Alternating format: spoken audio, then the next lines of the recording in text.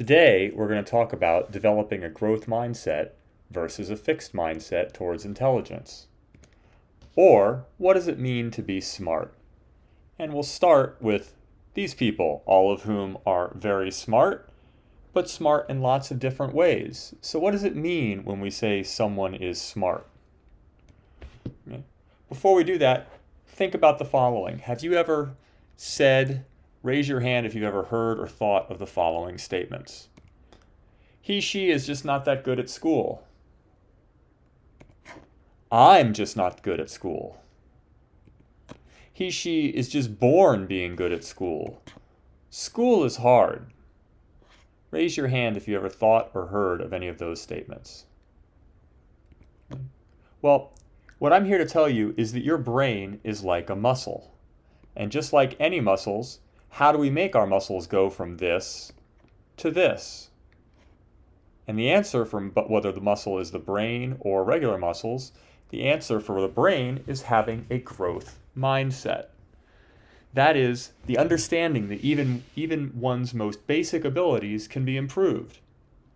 And also that the brain is like a muscle, and working out your mind will lead to results. And that we can all improve in what we do. So, why did you struggle? Going back to those previous questions, he or she is not just good at school. Well, maybe not now, but over time they could improve. When you say, I'm not good at school, well, if you believe you can get better and work at it, just like a bodybuilder lifting weights to get bigger muscles, you can get better. He or she is born just being good at school. Well, just like muscles, some people are born more muscular, but everyone can get big and strong if they work out. Finally, school is hard. Well, lots of things are hard, but if you have a growth mindset and work at it, you can do it. So once again, your brain is like a muscle. It goes from the little scrawny guy on the left to the big strong guy on the right. Okay? But in our brain, it's called dendrites.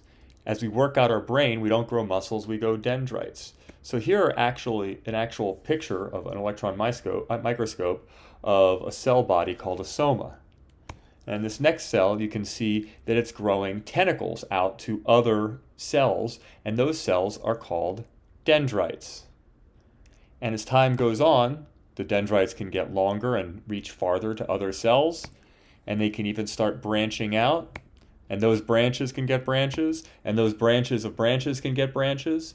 And again, you can actually under a microscope see as people learn and again work out their brain, the muscles of their brain, in this case dendrites, getting bigger and stronger. A common mistake made by not just students, but by lots of people is that they don't want to work hard because they don't think they're smart. Again, if you're not smart and you know you're going to fail, then why would you work hard? That makes sense. But this is from a Carol Dweck, an education researcher. Again, this attitude might be appropriate if our intelligence was fixed. That is, we were born as smart as we were ever going to be. It's like being scrawny and saying, oh, I'll always be scrawny. There's no reason for me to work out or try to be fit because that's just the way I am. If you work out, you can get stronger. And if your attitude is that you can become smarter, you can be. This is, again, the fact that you were born with a fixed intelligence is just wrong. That's what we're trying to get over today. You are in charge of your mind and its growth. You can work hard and get smarter. You can be as smart as you want to be. What one can accomplish with a growth mindset. In 2004, a guy named Joshua Foer wanted to improve his poor memory. Here's a picture of him. To me, he looks like an older Harry Potter here. And he believed he could grow. He had a growth mindset. Even though he had a poor memory, he thought he could get better if he worked at it. And 2 years later, in 2006, he won the USA Memory Championship, setting a new world record. What they do is they take a deck of cards and they shuffle it up so the 52 cards are in a random order, and they give somebody the cards, and that person has to memorize the order of the 52 cards.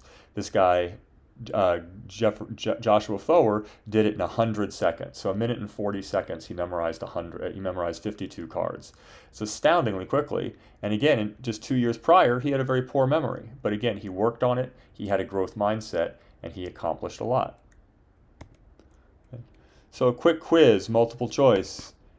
How can you develop a growth mindset and get smarter? You can ask by A, asking lots of questions, especially when you don't understand or you're stuck. Or B, by trying really, really hard in class every day and doing your homework every night. Or C, by figuring out what you need to learn or what's holding you back and then learning it. And of course, in all these kinds of quizzes, the answer is always D, all of the above, right? If you want to develop a growth mindset, you need to do all of these things. Ask questions, try hard in class every day, do your homework, and figure out what you need to learn and what's holding you back. So a growth mindset, it's necessary. If you don't have a growth mindset, if you think that your intelligence is fixed, well, it's a self-fulfilling prophecy. It will be. So you need to have a growth mindset. And so that's necessary, but not sufficient for success. So without the belief that you can improve and grow, it is almost impossible to succeed. However, success takes more than simply believing you will succeed. You can't just look at your math book and say, I'm going to do well on this test and never open it up and never study and do well. You have to believe you can actually believe you can do well and then work hard towards it. So what else does it take besides a growth mindset? Well, what it takes is diligent practice. So diligent practice is hard work. Remember Joshua Foer, that guy I was just talking about, that Harry Potter looking guy? Well, here's what he said when he was talking about how he worked on helping his memory. He said, when you want to get good at something, how you spend your time practicing is far more important than the amount of time you spend.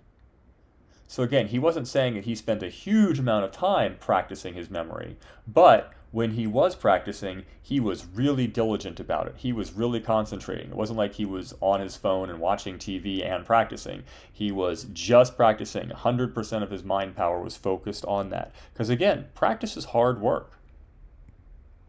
Okay. Anyone know who these guys are? You've probably seen pictures of them before. This is a picture of them in, looks like here, about 1964. Here they are in 1968. Here they are in 1970. This is the Beatles. And to whatever extent that you or other people think about the Beatles, they look like this at the height of their success.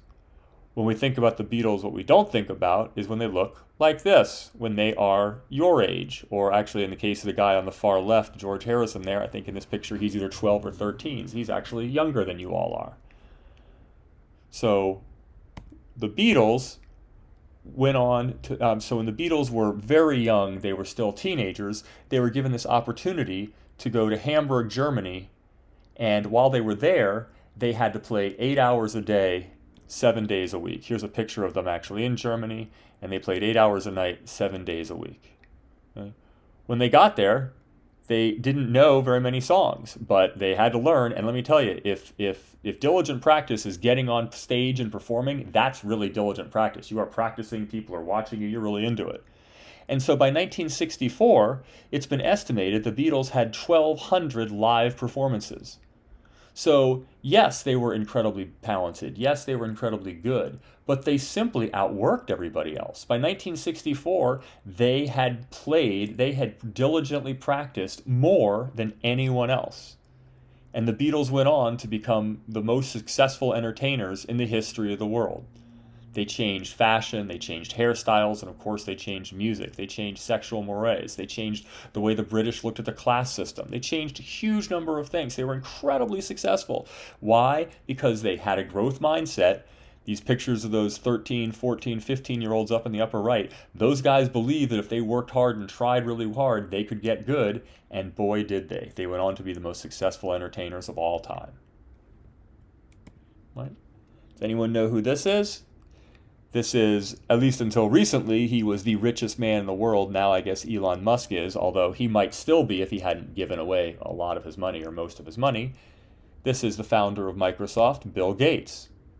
And again, to whatever extent we think about Bill Gates, we think about him looking like this when he's an adult at Microsoft or after Microsoft. We don't think of him looking like this where he is in high school, or like this, here he is in 8th grade with his computer science teacher back in 8th grade. Okay. So let's do a quick, what exactly was so special about Bill Gates? How did he diligently practice to become successful? And again, successful meaning the richest man in the history of the world. Well, in 8th grade, back in 1968, he went to a private school where there was a mother's club. They brought a computer terminal for school and used it till the money ran out. If you see that picture, you'll see that guy is typing in on what's called a computer terminal. What you can't see is that there's a huge amount of wires that are coming out of there that are then going to the phone wires, that are then going over the phone wires to a giant computer. And these computers were about as big as the classroom you're in right now, and they had significantly less power than what is in your smartwatch right now. But they were the incredibly big things, and they were really, really expensive to use. And so in 8th grade, it was very odd for anyone to have access to a computer, and his school did, and he and his friends used it and used it until all the money ran out to access to the main computer. Then a year later, when Bill Gates was in high school, he was in this thing called C Cubed, which was a high school club that agreed to test software in exchange for computer time.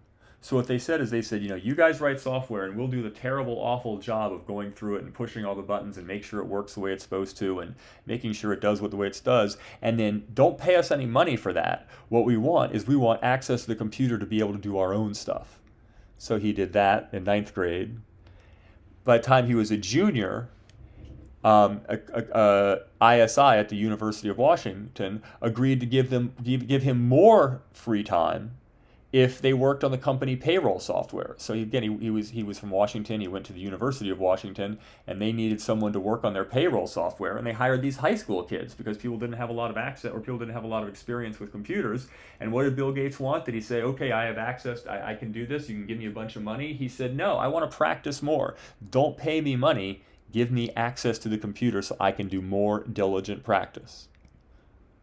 Finally, his senior year, TRW, the big power station in Washington, needed expertise in software. So they went to the University of Washington and said, hey, who do you guys have who can help us with software? And the University of Washington had to sort of embarrassingly say, hey, you ought to hire this Bill Gates kid. He's down in high school, but he does all this work for us. And so TRW hired his high school club. And his entire senior year, Bill Gates did work for TRW. During the day, he would do work for TRW on their software, and then they would pay him with, wait for it, more computer time. So then at night, he would just work on the computer all night long because he had access to a computer. And so it's estimated that by the time Bill Gates graduated from high school, by the time that Bill Gates graduated from high school, he had done more computer programming than almost anyone else in the world.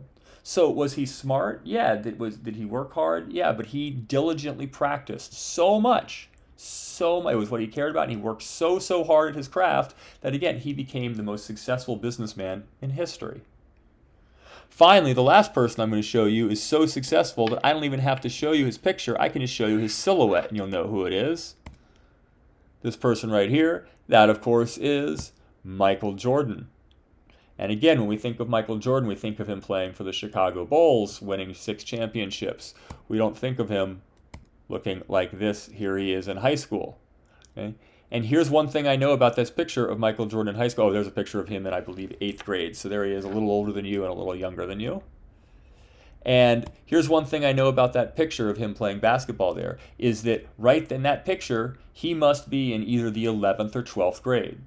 And the reason I know that is that Michael Jordan, one of the greatest basketball players in history, was cut from his varsity basketball team as a sophomore in high school.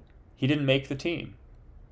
So what did he do? Did he just say, oh, I have a fixed mindset. I know I'll never get better. I can't do this. Oh, well, I guess I'm not a good basketball player. Did he say, well, maybe I can get better, but I don't really want to practice hard. I just want to hopefully it'll happen to me. No, he started training daily. He practiced every day, diligent practice. And again, he didn't just shoot around like, you've seen people practice basketball. It's kind of fun. They, shoot and joking around with friends. No. Instead, he would spend an hour on the same move over and over again. Fake left, drive right. Fake left, drive right. Fake left, drive right. Do that for an hour. And then he'd pick another move and do that for an hour. And just do the same thing over and over and over and over again. And it wasn't fun, He wasn't enjoying himself. He was doing this because it was diligent practice and he wanted to get better at his craft. Okay? Just do this over and over and over again. Okay? Then he went on to obviously make his varsity team in high school, went on to make his varsity team in college, went on to hit one of the most iconic shots in college basketball history, went on to the NBA, where he was chosen third in the draft by the Chicago Bulls, and then he won the Rookie of the Year awards. So he had made it. Here he was in the NBA. He had been chosen as the Rookie of the Year. Did he say, okay, I'm good, I'm done? No, he practiced more. He realized that he was just incredibly athletic and he could dunk, but his jump shots weren't good enough to make him the kind of player he wanted to do. So every day during the off season, he practiced jump shooting for hours a day, every day. And this is after winning Rookie of the Year. He did this. He built a full-size basketball court in his basement so he could practice more. He didn't want to have to spend the 10, 15 minutes driving to the gym to practice, so he would just build a court in his basement so he could practice more. Finally, back in the early 80s when Michael Jordan first started playing, it was considered basketball players were supposed to be lean and thin. They weren't supposed to be big and strong. And so he was not only encouraged not to lift weights, he was essentially forbidden to lift weights. And he thought this was ridiculous. He thought that he was breaking down by the end of the year because he wasn't strong enough, and he thought that being stronger would help him in his game. So without the knowledge of the team, he started before breakfast getting up 2 hours early so he could lift weights and work out before he started his workout with the Bulls, before he started playing. He did this every day, and he did it for the entire year before his freshman year. Now, of course, everybody in the NBA lifts weights, but back then, he was one of the first. And again, it was all about diligent practice, working hard, knowing he could get better at his craft, and doing so. Now, one thing we haven't talked about yet is failure. Here's one thing that's absolutely certain. If you try new things and they're hard, you're going to fail. Not just you, everyone. If you didn't fail, then guess what? If everything you tried you succeeded at, then you're not trying things that are very hard. You're not trying things that are very challenging. It's through our failures that we can improve. Okay? But don't listen to me. Sometimes we fail, we want to give up. Again, a growth mindset and diligent practice are necessary for success, but it doesn't mean you're going to succeed every time you're going to try something. If you fail a math test, doesn't mean you're never going to succeed at that. It means you need to practice more, you need diligent practice, and then you can try again. Keep trying. Okay? So again, don't believe me, believe Michael Jordan. Here's what he said about failure. I've missed more than 9,000 shots in my career. I've lost almost 300 games. 26 times I've been trusted to take the game-winning shot and missed. I've failed over and over and over again in my life. And that is why I succeed. Finally, one more thing about failure from, again, Michael Jordan. I can accept failure. Everyone fails at something. But I can't accept not trying.